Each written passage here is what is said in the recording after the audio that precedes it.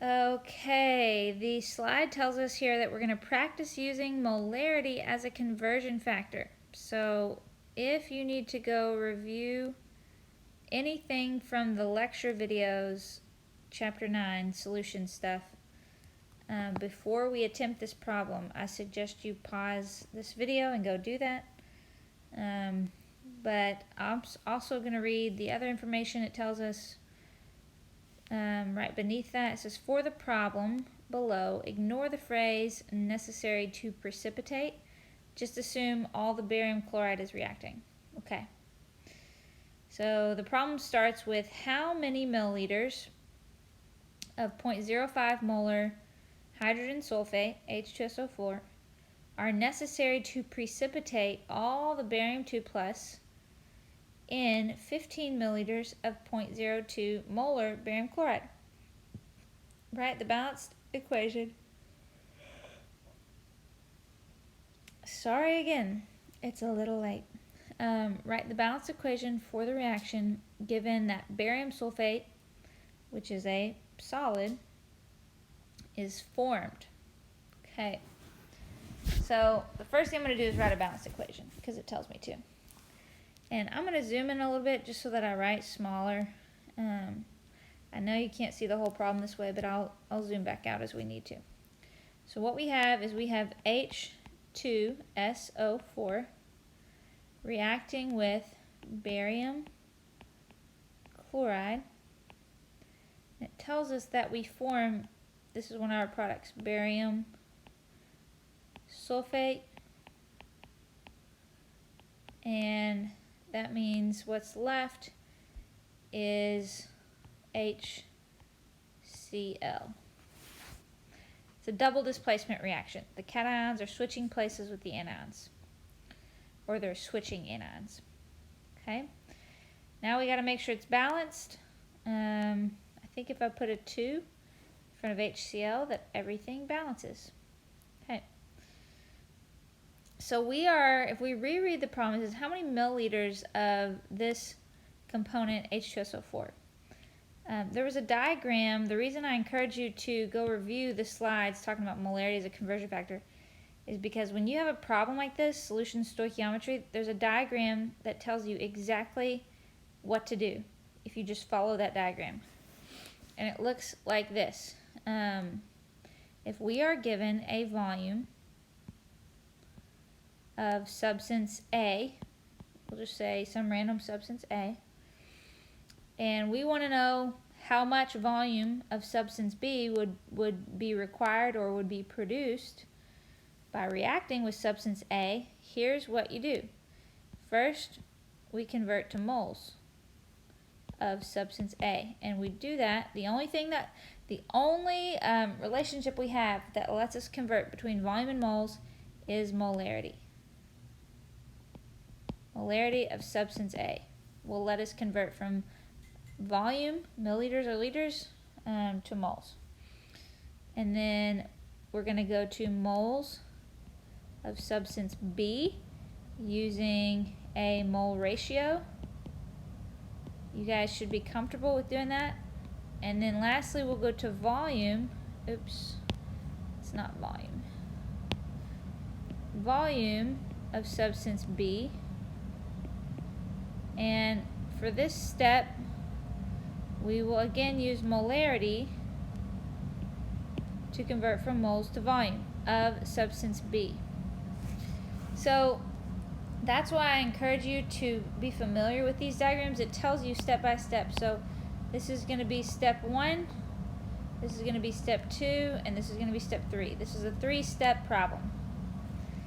So let's slide over here. Start with, whenever it gives you, if we look at this problem closely, right here what I'm circling, it gives us both a volume and a molarity of this substance. So guess what? The compound that it gives you both volume and molarity for, that is what we're going to label, oops, not B. That's what we're going to label as substance A.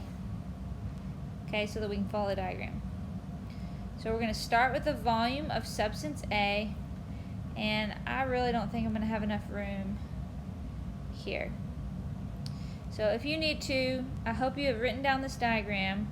I need to erase it because I need more room, sadly, so that I can actually work the problem out. But those are the steps we're going to do.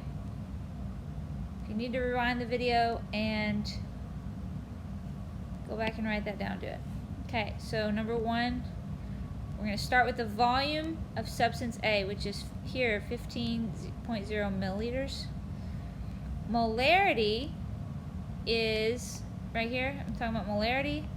We know molarity is moles over liters, not milliliters. Okay, well, we have milliliters right now. So to use the molarity of barium chloride, we've got to convert to liters first. So 1,000 milliliters in 1 liter. All right, now that we have converted to liters, now we can use molarity.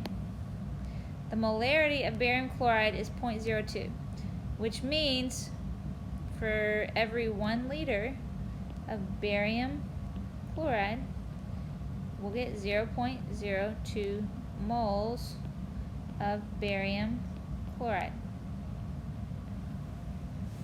So now we have converted to moles of barium chloride. The second thing we were supposed to do is convert from moles of barium chloride to moles of, here, this is substance B, H2SO4. So what is the mole-to-mole ratio in our balanced chemical reaction?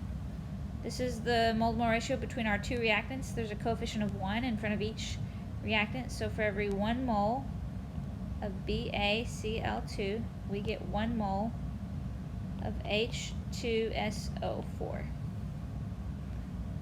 Okay? So that is this was step number 1. This was step number 2 we just did, use the mole ratio. I'm going to bring it down here. So, let's cancel out the units. Moles of barium chloride cancel out. Now we have moles of H2SO4.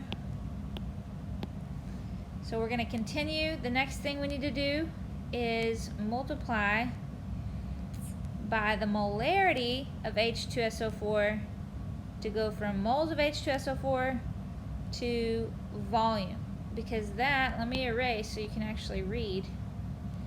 The question is asking us how many milliliters, oh, I'm still on eraser. How many milliliters of H2SO4? What volume? So I'm going to take the molarity, which is 0.05. Let me erase so you can see. The molarity right here, 0.05 molar H2SO4. If we write that out, that is actually saying 0.05 moles of H2SO4 for every 1 liter. That's what molarity means. So I want to cancel out moles of H2SO4. So I'm going to write moles of H2O4 on bottom, 0.05 moles H2SO4 for every 1 liter of H2SO4. And the question is how many milliliters? So the last step we need to do is convert from 1 liter to 1,000 milliliters. And okay, moles of H2SO4 cancel. I have it on top and on bottom. Liters of H2SO4 cancel. I'm left with milliliters. So our final answer, now we just need to calculate all of this. So start at the beginning, 15 divided by 1,000 times 0.02 times 1 divided by 1. You could skip that step since both numbers are 1. Don't skip writing it out. You can skip putting it in your calculator is what I mean. Then divide by 0.05 and multiply by 1,000. And you should get an answer of 6.0 milliliters. That's what I got. All right. Next up, more solution stoichiometry.